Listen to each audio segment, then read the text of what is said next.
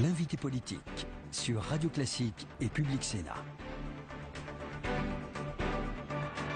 Ouais, avec Mickaël Zamès, nous sommes ravis de vous accueillir, Hubert Védrine. Alors, ce matin, dans les journaux que vous avez lus avec évidemment passion, il y a deux thèses en tout cas deux conséquences analysées par la presse après la réélection de Barack Obama. C'est au fond, c'est pas lui le plus puissant, c'est le Chinois, et l'autre, c'est au fond, on a une sorte d'attitude bizarre, nous les Français, parce qu'on regarde Barack Obama avec les yeux de Chimène, et en même temps, lui, il ne nous regarde pas du tout, et il s'intéresse uniquement justement à l'Asie. Est-ce que ces deux constatations matinales vous paraissent justifiées ou au contraire assez peu sophistiquées? La première est exagérée parce que les États-Unis ne sont plus ce que j'appelais moi l'hyperpuissance dans la décennie 90. C'est évident. On a vu que les marchés émergents, c'était des puissances émergentes, la compétition multipolaire, les BRICS, la Chine et compagnie. Bon, c'est évident ça maintenant pour tout le monde. Ça ne veut pas dire que les États-Unis ne sont plus la puissance numéro un. Ils sont encore la puissance numéro un, même s'ils ne peuvent exercer, à condition de le faire avec une certaine intelligence, qu'un leadership, on va dire, relatif. Bon, et la montée de la Chine, qui est surtout spectaculaire par sa vitesse, mais il partait de zéro, ne veut pas dire que la Chine a dans le monde l'influence qu'avaient les États-Unis en 1945, c'est pas du tout comparable, et même pas l'influence que les États-Unis ont cru avoir dans la période de Clinton. Donc c'est exagéré. Et ce que les Mais c'est le processus qui est intéressant, c'est de savoir si les Chinois actuellement sont dans une phase qui va les amener, à cause de leur croissance économique, justement à nous dominer, puisqu'ils sont 1,3 milliard dans les 10 ou 15 années qui viennent. Nous dominer, non, je crois pas. D'abord, la Chine n'a jamais eu un projet de ce genre, et la Chine a toujours été indifférente à ce que pensaient les autres, donc elle n'est pas prosélyte, contrairement à l'Occident chrétien à l'origine et droit de l'homiste aujourd'hui. Et ils ne cherchent pas à convertir le reste du monde à leur conception. En revanche, comme ils ont besoin de pétrole, de gaz, de cuivre, de tungstène, ceci, cela, bon, et qu'ils voient ça avec 10, 20, 30 ans d'avance, ça les amène à avoir un impact sur la vie économique du monde qui est gigantesque. Ouais. Mais ils vont entrer dans des difficultés à leur tour. La période que Deng avait organisée à l'avance avec Jiang Zemin puis Hu Jintao se termine. Je crois que ça va être très difficile pour les nouveaux de diriger la Chine, pour des raisons de bouillonnement.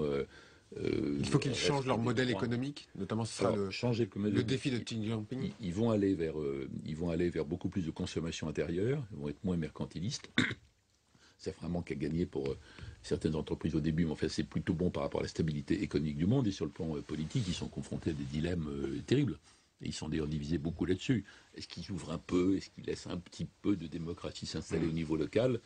Ils ont peur que s'ils le font, ils ne contrôlent plus rien après. Donc c'est pas si simple. Donc on ne peut pas dire, ça y est, ils vont dominer le monde. Bon, d'accord, ça c'était la première question. Et l'Amérique sera toujours numéro un, à mon avis. Ouais, Mickaël va revenir justement sur l'Amérique. Mais moi j'avais une autre question sur la naïveté européenne, oui. Non, on va y revenir avec Mickaël. Mais moi j'avais une question qui était finalement en corollaire de la première. Pour les entrepreneurs aujourd'hui, je me mets à la place des patrons. Au fond, un pays non démocratique comme la Chine, c'est bien meilleur. Je parle même des patrons français, anglais, etc.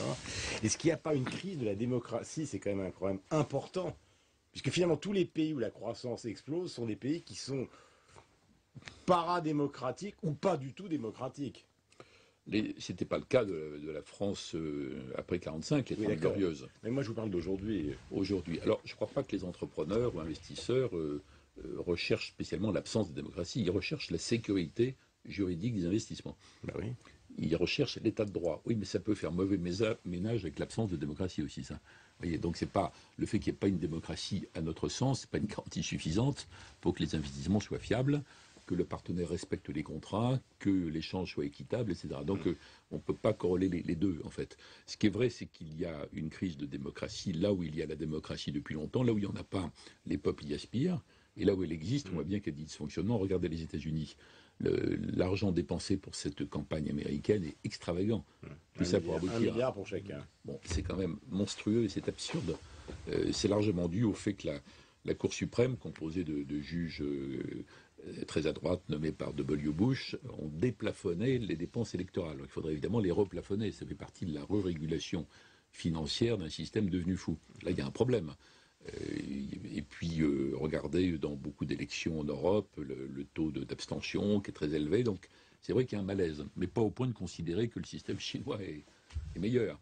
Bon, enfin, l'un dans l'autre. Mais les gens ne le disent pas comme ça en termes politiques. Mais je vais prendre une entreprise, je sais pas, de voitures allemandes pour pas BMW. Ben, finalement, ils trouvent ça très bien, la Chine. Hein. Il n'y a pas de problème. Ils n'ont pas de Mélenchon, ils n'ont pas de Marine Le Pen. C'est pas parce ils ont un système fiscal. Alors, ils ont un peu de corruption, on l'a vu. Oui, mais Guillaume, l'Allemagne fait les 2 tiers de son excédent en Europe, pas en Chine.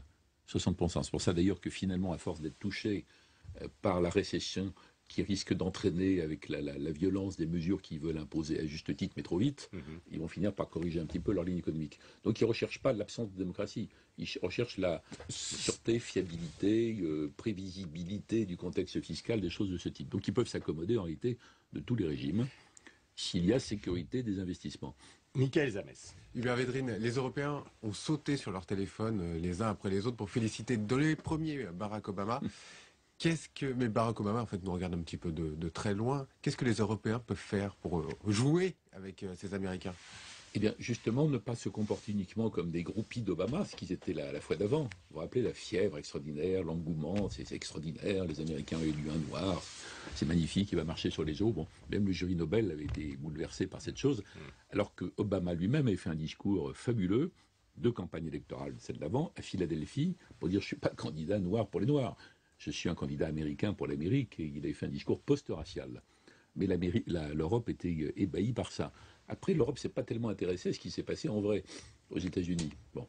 Aujourd'hui, il y a une certaine déception sur Obama. Donc les gens sont pour Obama parce qu'ils avaient peur, à tort ou à raison, de Romney. Voilà. Donc je crois qu'il faudrait dépasser l'attitude soit de groupies, soit de spectateurs avertis qui commentent le match, disant « ah oui, il s'est passé ci, ça, dans l'Ohio, ou je ne sais pas quoi », pour se dire... Nous, Européens, on a une opportunité formidable. Est-ce qu'ils le peuvent? Ils le peuvent, c'est une question mentale. C'est pas une question de moyens. Il y a 500 millions d'Européens. C'est la plus grosse économie du monde à pied d'égalité avec les États-Unis, si on additionne statistiquement toute l'Europe. Voyez. Donc c'est une question de volonté. C'est une question de se considérer comme un acteur d'histoire et pas simplement comme un spectateur périphérique. Et on pourrait faire ça parce que justement, comme Obama s'occupe d'abord de l'économie américaine, d'abord du défi chinois, c'est logique d'ailleurs, il n'y a pas à dire c'est terrible, ils n'ont pas parlé de nous pendant la campagne, Dieu merci, c'est bien, au contraire on devrait en profiter. Et les Européens devraient dire c'est l'occasion, avec un président sans doute plus réceptif, plus disponible par rapport à un rôle accru des Européens, comme on l'a vu en Libye sur une affaire précise, voyez. Donc je pense qu'il y a une occasion à saisir qui n'a pas été saisie du tout sur les grands dossiers au moment de la première élection d'Obama. Sur les grands dossiers internationaux que vous connaissez mieux que personne, les initiatives européennes actuellement sont quand même voisines de zéro. Enfin, sur la Syrie, il ne se passe rien. Sur l'Iran, il ne se passe pas grand-chose. Sur la paix au Proche-Orient, c'est marche arrière tout. On entend Netanyahou qui menace directement Téhéran. On ne peut pas dire que Mme Ashton et ses amis fassent grand-chose actuellement. Oui, mais vous citez des sujets où les États-Unis eux-mêmes sont paralysés. Ben oui. Donc ça mais enfin, eux, ils peuvent dire qu'ils ont une certaine indifférence à l'égard de ça, c'est pas leur zone d'influence prioritaire. Ils ne sont pas indifférents par rapport à l'Iran, mais ils n'arrivent pas à imposer leur volonté à l'Iran, pas plus à Netanyahou d'ailleurs, ni aux Chinois, ni à d'autres. Donc votre remarque est tout à fait juste, mais elle ne discrédite pas l'Europe en particulier. C'est une remarque collective. On est dans un monde, compétition multipolaire instable et informe, dans lequel personne ne contrôle l'ensemble du système. Donc ça n'empêche pas les Européens, mais dont l'énergie est presque entièrement absorbée par des questions internes. C'est ça le problème. Ouais. Des questions internes, comment on organise mieux la zone euro, comment on concilie assainissement des finances publiques et croissance, des choses de ce type. Ça ne les empêcherait pas, me semble-t-il, de saisir l'opportunité Obama, surtout au début. Parce que dans 2 ans, il y aura à nouveau des élections du mid-term. Donc il y a 2 années très intéressantes pour bâtir un partenariat Europe-États-Unis, pas comme des enfants pleurnichards, en disant il faut, Monsieur Obama, pensez à nous, tout ça. Une épreuve de force, pas forcément, non. Non, mais si on a nos propres idées sur comment on traite avec la Chine, comment on fait avec la Russie, comment on fait en matière énergétique, comment on fait la régulation financière. Là où Romney voulait annuler le peu qu'avait fait Obama. Et Obama a fait un peu, pas assez. Donc on peut avoir des idées sur ces points. Mais il faut sortir d'un rapport trop dépendant, qui est celui qui est issu de 1945, vous voyez, d'après la guerre. Je ne dis pas que ça va se produire, je sais bien que les Européens ont autre chose en tête. Je me borne à dire qu'il y a une opportunité, parce que l'Amérique d'aujourd'hui, celle d'Obama réélu, serait assez disponible par rapport à un rôle plus grand des Européens. Pourquoi ?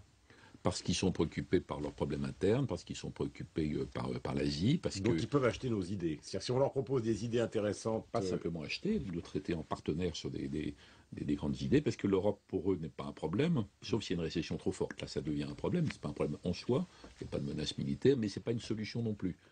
Donc c'est normal qu'ils pensaient à 10 urgences avant, vous voyez. Mais Mais il faut profiter de ça plutôt que de s'en inquiéter. Mais par exemple, le fameux pacte de compétitivité dont on parle depuis 2-3 jours, ça C'est consiste... très courageux. On va en parler, mais ce crédit d'impôt, c'est aussi une manière de nous resituer par rapport aux entreprises, par exemple allemandes, je parlais tout à l'heure de BMW, Oui. donc de nous remettre en situation de concurrence, Oui. donc au fond de retendre les relations qui sont déjà pas très forcément à tous les moments d'une grande amabilité avec l'Allemagne. Donc ce souhait que vous vouliez, que vous exprimez d'une certaine forme de concorde européenne, c'est exactement le contraire qu'on pratique, puisqu'on essaye de se reconcurrencer les uns les autres, et non pas de s'aimer en s'ouvrant les bras. Ah ben l'un n'empêche pas l'autre. C'est pas parce qu'il y a une compétition sur les marchés que... et puis ça, il ne s'agit pas c'est pas un roman à l'eau de rose. Je vous disais tout à l'heure que le fameux excédent allemand, grâce à la compétitivité allemande, issue des réformes Schröder notamment, ne se fait pas sur la Chine en priorité. Il se fait sur les autres Européens, 60%. Donc ils ont intérêt à ce que le pouvoir d'achat dans les autres pays européens soit fort. Si la France regagne des parts de marché, ce sera en partie en rééquilibrant l'Allemagne. Mais l'Allemagne a une force énorme, elle trouvera aussi des parts de marché sur les émergents. Alors, C'est déjà incompatible, la compétition économique et puis le projet politique en commun. Hubert Védrine, vous avez dit courageux pour le plan de compétitivité présenté par Jean-Marc Ayrault. Pierre Moscovici a parlé de révolution copernicienne pour la gauche. Ils ont changé le système mental de la gauche, le logiciel a changé. Je crois que c'est en effet le début de la construction d'une grande politique économique de gauche moderne.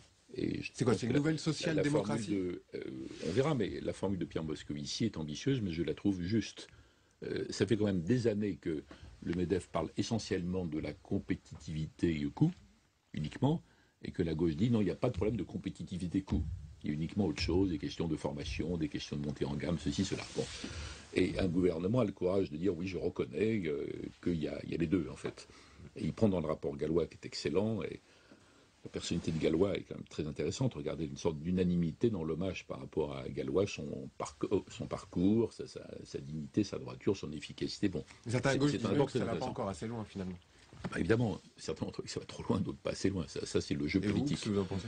Ben, je trouve ça, je trouve le rapport Gallois très intéressant, très, très justifié sur le fond, et je trouve la position du président du gouvernement courageuse. En effet, parce que c'est une partie de sa propre sensibilité, de sa propre base. Il corrige certaines analyses. Mais après tout, Schröder, dont on fait l'éloge tout le temps, y compris ici, il n'avait jamais annoncé dans une élection le futur plan Hartz. François Hollande touche à la TVA alors qu'il avait dit qu'il ne la toucherait pas. Oui, mais alors vous avez vu, c'est d'une façon plus sophistiquée que simplement monter la TVA. Il y a certains taux qui sont baissés, d'autres augmentés. Donc c'est un peu affiné. Pour des raisons sociales. Je trouve ça, en plus d'être courageux, je trouve ça assez intelligent, ce qui est proposé. François Hollande, qui est donc le président de la République, vous le connaissez depuis des années, vous l'avez connu à l'Élysée, vous connaissez aussi le procès en amateurisme qui lui a été fait, et là, tout d'un coup, on sent que la presse est en train de se retourner. Alors, ce qu'il a utilisé avec malice, justement, le plan gallois, non seulement pour retrouver une crédibilité à l'égard des patrons, mais pour en plus dire à la gauche de sa gauche, en gros, au revoir et merci. On pourrait aussi se demander pourquoi la presse parle si vite et pourquoi les gens concluent prématurément. C'est une question, justement. C'est la question de ce matin. Non, mais est-ce qu'il a été habile, le soi-disant amateur ? Est-ce qu'il a été habile, celui qu'on a qualifié d'amateur jusqu'à il y a 15 jours, dans cette affaire ? De toute façon, la presse est beaucoup trop excitée. Mais oubliez la presse, répondez à la question. Non, mais la question est liée à ça. Elle est liée au fait qu'il y a eu des qualificatifs évidemment prématurés. Évidemment, il y a une sorte de nervosisme ambiant par rapport à ça.